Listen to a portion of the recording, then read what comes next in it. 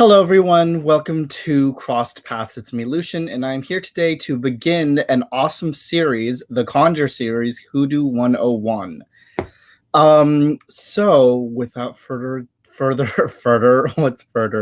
without further ado, let's get started here. Here we are.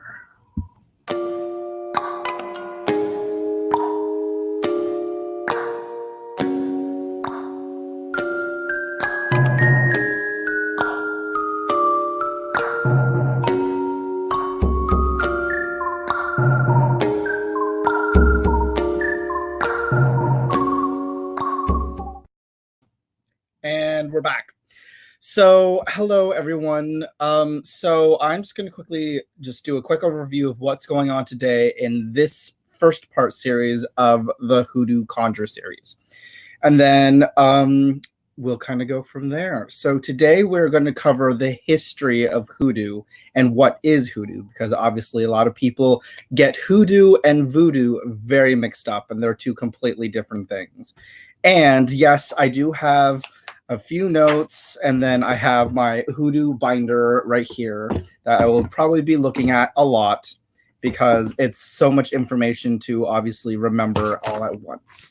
So I will be looking down a lot. But first, let's say hi to people. Hi, BB. Hello, Opal. Hi, Lori. Hi. Doing? See, Dave, my mic just muted again. I don't know why it does that. Good thing I looked up. Good morning, Rachel. So today we are talking about basically what is Hoodoo. So Hoodoo, aka root work, conjure, laying tricks, is basically, they're all the same words that everyone uses. Those words are interchangeably for what Hoodoo is. Hoodoo. What's so funny, Dave? Huh? What's funny? Not something you just said. What's funny? What did I just say? just go on with your life. Oh, okay. Sorry, guys. Hi, Maya. So, it's interchangeable. The words hoodoo, root work, conjure, laying tricks are all interchangeably used to describe American folk magic, African American folk magic. This is awkward. Dave, why do you keep laughing? Hi, everybody. Oh, gosh, this is just going great. Okay. So, root work is the manipulation, communication, and working with energy and spirits that reside within objects, both living and non-living. So, for example, I mean like roots, herbs, bones, stones, anything that grows as well.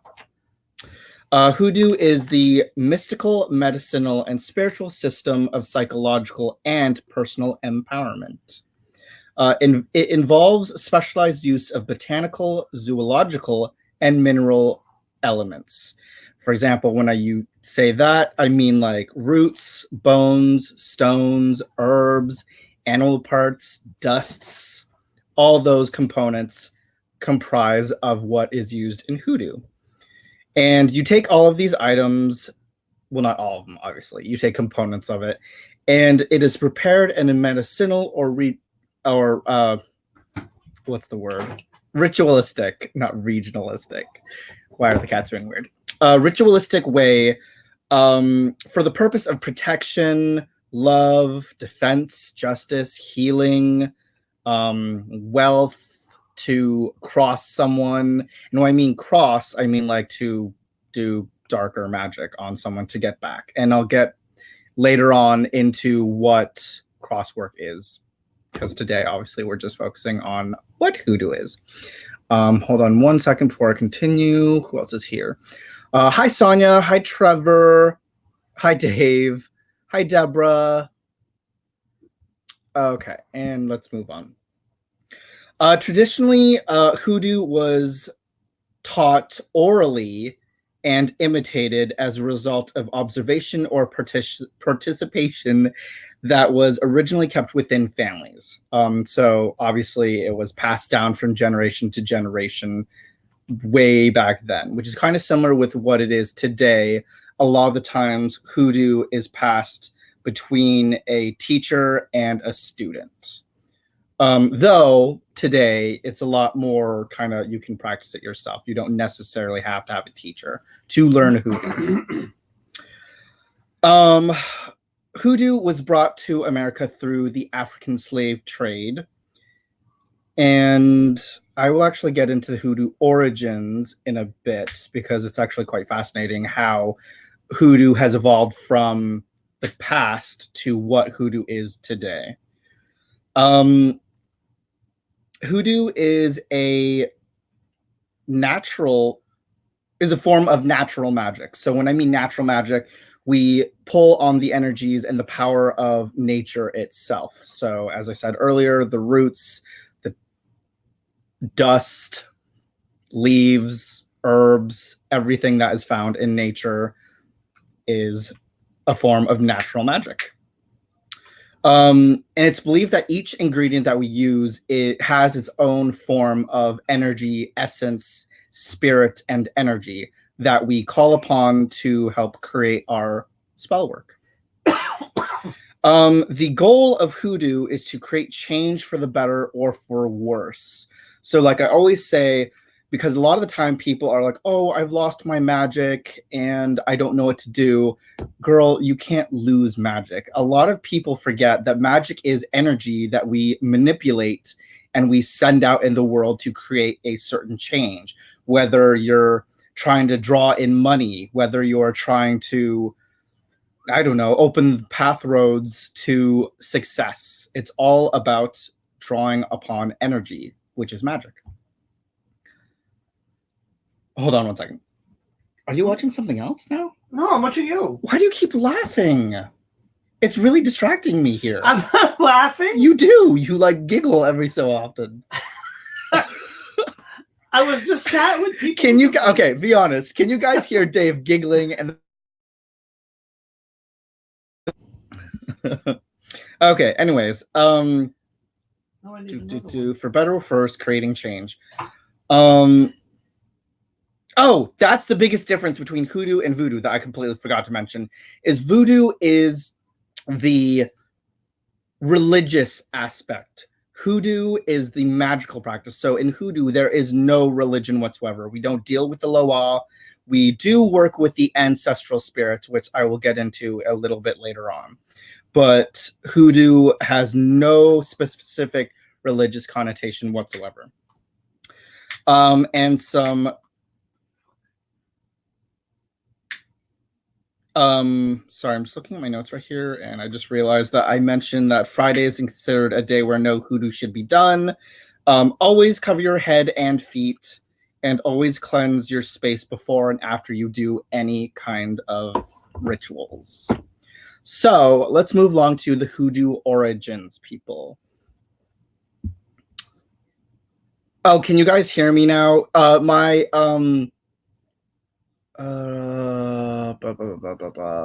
computer's being weird and decides to automatically mute itself every once in a while. So can you guys still hear me? Yes, no, I can't tell. I can hear you. Wait, why are you coming in here? Yeah. So here's Dave. Hi. Sorry, he's trying to figure out what's going on with the Canon. Yeah, your computer is weird. Oh, audio. Let's turn this off. See what it does. Say it. All right. Yeah. Testing. You got green dots. Okay. Oh, okay. Okay. You're good now? I'm good? Cool. Oh. Hi, everybody. It's Dave. Thank you, Dave. You're welcome. Okay. So, hoodoo origins. And this whole part I'm going to just read because I'm not exactly the best at trying to memorize a million things. I've never been the best at history and trying to memorize history itself. So I'm more of like, I can memorize spells and I can memorize everything else but history. So, hoodoo origins is an African-American derived tradition that originated all the way back to West African Dahomean people known as present-day Benin. The original core beliefs and practices included sacred songs and dances, and a system of medicine and magic, as well as practices concerning the ancestors and the dead. Hoodoo back then was viewed as a very powerful system of ancestral-based magic when first arrived. Oh, not back then. Now was viewed as a very powerful system of ancestral-based magic when first arrived to the American shores via slave trade.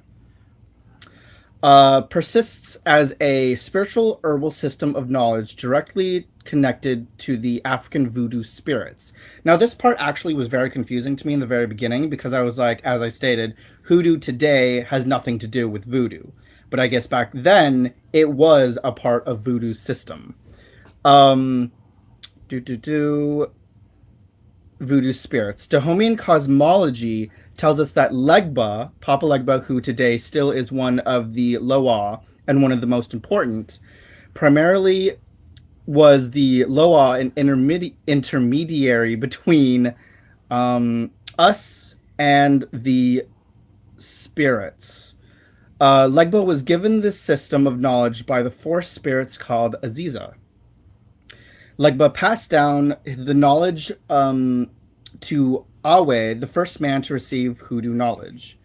And Legba remains at the center of the New Orleans voodoo tradition, as well as Haitian voodoo pantheon as spirits, as the primary intermediary who resides at the crossroads between the spirit world and the physical world. Originally, the African system of hoodoo provided the ancestors with the means of controlling and influencing the environment. Hoodoo is a primary way of coping with daily lifestyle, and hoodoo itself is a way of life. Back then, hoodoo actually was called Gibo, which is the fond term for supernatural practice that is used to heal or to harm. Over time, the connection between African voodoo religion and the system of sacred knowledge of herbs, animals, minerals, in medicine and magic was weakened. Today, voodoo is the religion that is separate from hoodoo, the herbal practice. So that, guys, is how hoodoo and voodoo evolved and then branched off and now became two separate practices. So earlier I said that hoodoo is all about, hold on, all about moving myself because my foot's falling asleep. Okay. So, I talked about hoodoo is not about the Loa spirits, but it is a practice where we work a lot with the ancestors. So I'm actually going to talk a little bit about the ancestors now and ancestor veneration and a little bit about this cool belief that I found about the ancestors.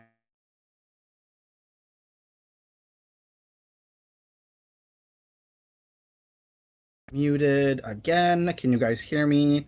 I gotta fix my computer or restart it after this because it keeps like going out on me and muting. So Lori, you asked why cover your head and feet. The reason why we cover our head and feet is because they are two focal points of energy where energy travels in. So we collect all the energy from the head and it enters this way, or we can collect it from the ground and it goes up that way. The reason why you cover those two is because when someone does any form of dark magic or any spiritual work, that's where two entrance points are. So we cover them so that we don't get affected by other people's energies and we protect ourselves. It's basically a form of protection to cover your head and your feet. It's kind of the same reason, like when you go into the cemetery, we cover our head and feet because it's to avoid being possessed and bringing a spirit back with you. Hold on. Where did that go? Oh, okay. Okay, continuing on. So, ancestor reverence. Appropriate ancestor reverence affords protection and guidance for family members and the community, both in spiritual and physical worlds. Uh, the relationship between the living and the dead is very interdependent. So basically, we both work together very closely when it comes to hoodoo. Um,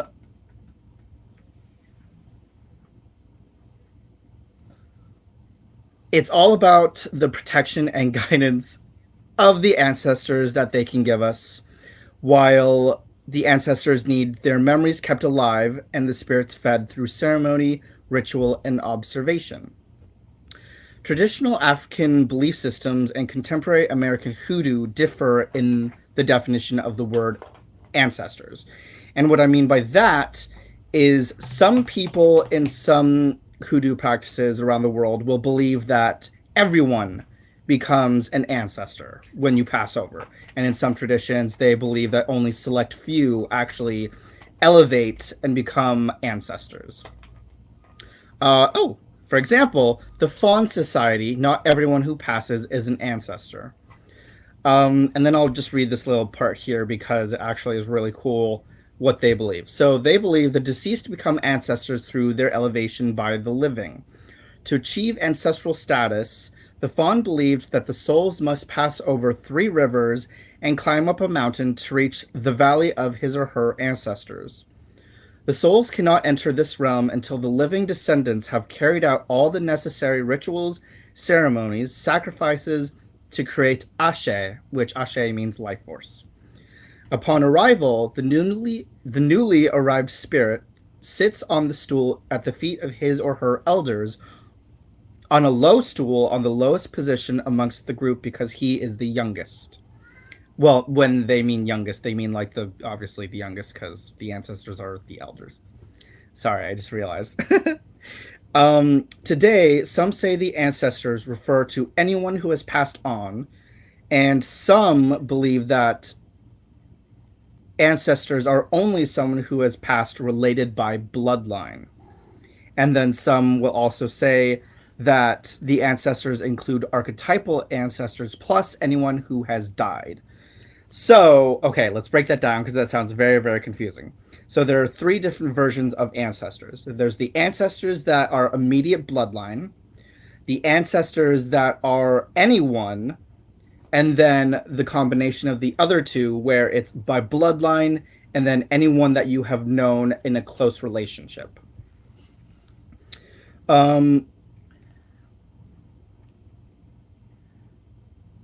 Actually, my belief is... Actually, that's interesting now that I think of it that way. To me, it has always been about bloodline because to me, the bloodline is the strongest that you can pull upon. But obviously, for example, when my salon manager passed away 2 years ago, I actually brought him into the realm of an ancestor because I knew him very well. Even though it was a year, he was probably the most important person that I have ever met in my life, other than Dave. Sorry. He's like, what the hell? But no, I brought Darko into the realm of the ancestors with me. So technically, yes, it's bloodline, but I brought him in because I knew him very well and trusted Darko. So, with that said, hold on. Hello, October, and hello, High Noon Hermit. We are actually talking about the 101s of Hoodoo, and so far I've gone over the history of Hoodoo, and then the ancestor reverence and how its connection to Hoodoo. And now I'm actually... And we're back. I'm going to be talking about Hoodoo beliefs and practices. So, right now, there is the divine providence. Most adherents of Hoodoo believe in some type of higher power to whom they direct their prayers and petitions to. This higher power may simply be referred to as God, or any number of deities, spirits from other worlds' major religions. These beings are believed to take an active interest in the affairs of mortals and have the ability to influence their lives. And then there's also life after death. hence the ancestors. Along with the belief in a higher power comes the belief in continued existence of the soul after physical death. Many start off with working with the spirits of the dead in order to in the form of their ancestors connected to them by blood. It is believed that the dead do not die, but rather ascend to another level of being that exists on a plane that's parallel to ours. So, and that's separated by available. So what I mean by that is that we live on one plane. A lot of people that believe that when you die, you either go up or you go down. In Hoodoo, we believe that you remain on the exact same parallel dimension, just it's separated, and then that there's like a veil between us. So literally right now, my ancestors could be sitting right next to me, listening in on this and watching my every move, but I just can't see them because there's that veil that makes them invisible. And Lori, it's okay. I do not know my bloodline. I'm adopted. I do not know anything of my ancestors, but I still work with them because my belief is that you can still contact your ancestors, whether or not you know every single one, whether or not you don't know any of them, because they're still around you no matter what. They don't go anywhere. They're all around you.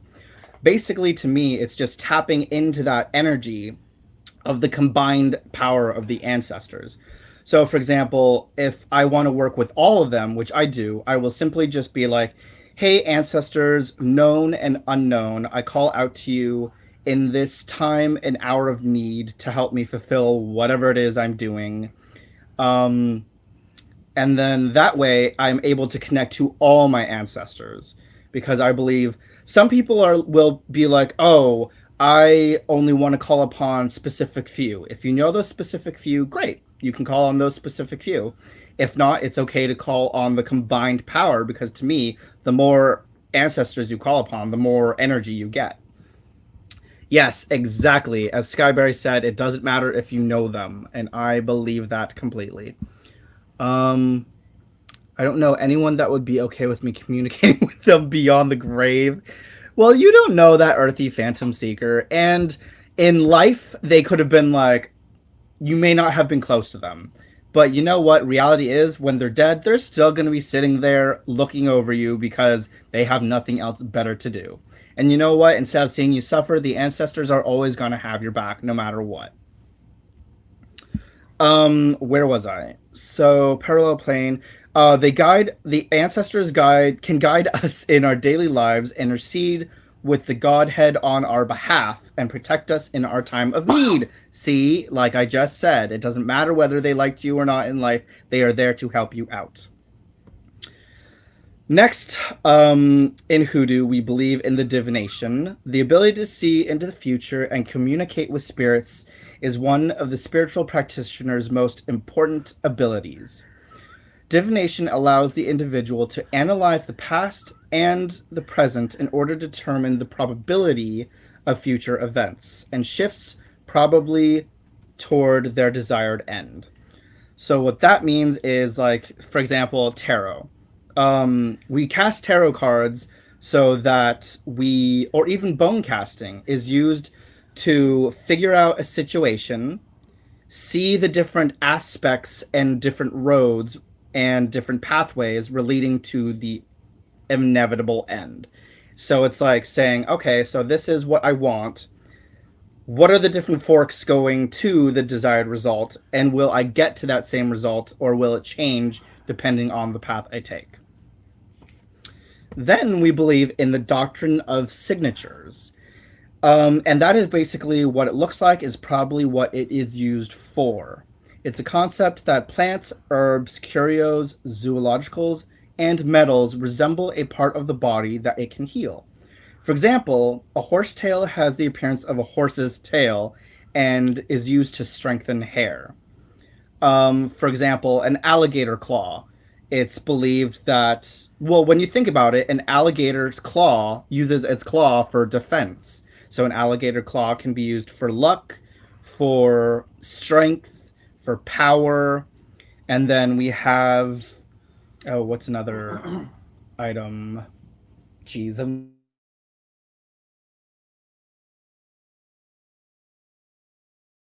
I hate how this computer keeps muting. So, for example, Devil Shoestring. The reason why it's called Devil Shoestring is because people are believe that when you think about it, it's used to tie up something and cause the devil to trip. So, in a sense, Devil's Shoestring is used to trip someone up. I could have probably explained that a little bit better, but it's hard to describe that one. But yeah, later on in my videos, I will then cover a lot more about the different herbs and their uses and how to combine certain ones and then even create like Grigri bags, charm bags, all that fun stuff. So continuing with Hoodoo beliefs and practices, we also believe in retributive justice. This is super, super important, you guys. So it is a theory of punishment based on biblical principle of an eye for an eye. Unlike most religions that accept magic as a part of the belief system do not harm, Hoodoo allows for an individual to not only protect themselves by magical means, but to retaliate against those who have wronged them. The punishment must fit the crime. So, for example, what that means is if someone really deserves it, they get it. So, say someone like snuck in and killed your cat. You have the ability to cast a cross on them because they killed someone that really meant a lot to you and they deserve it. Now, let's say someone snuck up behind you and took your sandwich and took a bite and then without your permission. You're not going to hand them roses and be like, oh, no, you're not going to cross them because they took a bite of your sandwich and it was your best friend that did it. Like, come on now, that's just stupid. But and then finally, the Hoodoo belief is all about intention, you guys.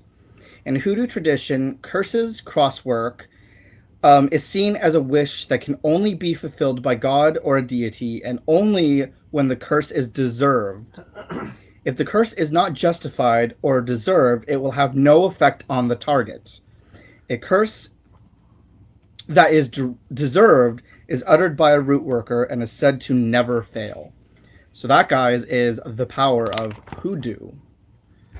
And how long have we been live for? Oh, geez, only 27 minutes. Well, that's going to be a quick one. I thought this was going to take a lot longer than it actually was. Geez, because I didn't have anything else prepared. So at the moment, does anyone have any questions? Okay, Dave, you're giving a horrible example. You just said, you take my sandwich and the hexes fly. Oh my gosh. Oh, hi, Oh, did Marge? Hi, Kay. You're in here. Did Marge come in? I thought I just saw someone say Marge. Marge is here. Hello. Any questions from anyone in the audience? Oh gosh, Dave, you and your ham and cheese. I'm not like hungry for ham and cheese sandwiches. But oh god, I can go for ham and cheese. What should we cover in our next topic? So now that you know the history of Hoodoo and its ancestral work, hold on, Dave, and the importance of our belief systems and practice, I think I'm going to start getting into... Oh, I'm probably going to have to do a poll for this, because it's like there's so many things that we can start off. Oh, doll in the background. This one? Or this one? Because there's two different dolls. I have... Oh! We could start off with, for the next topic, for the next lesson, we could actually start off with voodoo dolls, because a lot of the time, that's what we'll do. We'll do voodoo dolls and poppets, because a lot of the time voodoo dolls have misconceptions. A lot of the time people think that voodoo dolls are used to only harm people, as Hollywood suggests. But voodoo dolls actually have a lot more importance. Oh, which one? This one? That one. Yeah. So there's this one. This I actually got her from Savers, and then she had naturally black hair here, and then she had eyes. But I covered up the eyes and then just sewed on. Well, actually, had a friend help me sew on the mouth and the buttons because I don't know how to sew buttons on. And we still need her name. Who? Oh yes. Yeah. Yes, we got to choose a name. We will choose one actually today before Dave's live, and we will let you guys know during Dave's live who the winner is. Yay! Oh yeah, I know. Some of these are like, oh no, they're not crooked. It's because my camera's crooked. It's because I didn't guys want you to see over there by the kitchen because it's kind of a mess. Hi, walk my. So yeah, next I think we will cover herbs, basic herbs for healing, protection, money, and such, and then we'll talk a little bit about how to use them with a voodoo doll. I was probably going to show you how to make one, but actually, yeah, because our new camera stand or iPhone stand should be arriving today. So, yay! We'll have cause to have two different views. So yeah, next time I will show you guys how to make a poppet, history of poppets, different kinds of poppets, how to make or different ways to make them, and connecting them with herbs and such. So a lot of things, so many topics, slightly overwhelming, trying to figure out what direction to go into next. And guys, if you have anything that you want to see or learn about, just always let me know in the comments down below. You can message in the Facebook group. Let me plug this in. What topics do you want to see for the next live? Marge is asking, is she too late to name the doll? Oh, nope. Marge, when this is over, just plop your name down in the comments down below after the live has ended, and we will pull out all the names from the different videos. The different videos, because everyone's been posting on different videos. And we'll let you know who won. I would like to make a voodoo doll with a zipper in it. Okay, so I'm not that skilled. I barely even know how to, like, I wouldn't even know how to. Oh, actually, no, I think I do. I lied. But I'd have to, like, test that out first before I can even attempt to make one with a zipper in it. But I hope you guys learned a little bit about the wonderful world of Hoodoo, the origins of it. Dave. Dave got so into the cat there. Little bit about the origins of Hoodoo, belief system, and the ancestors covered today.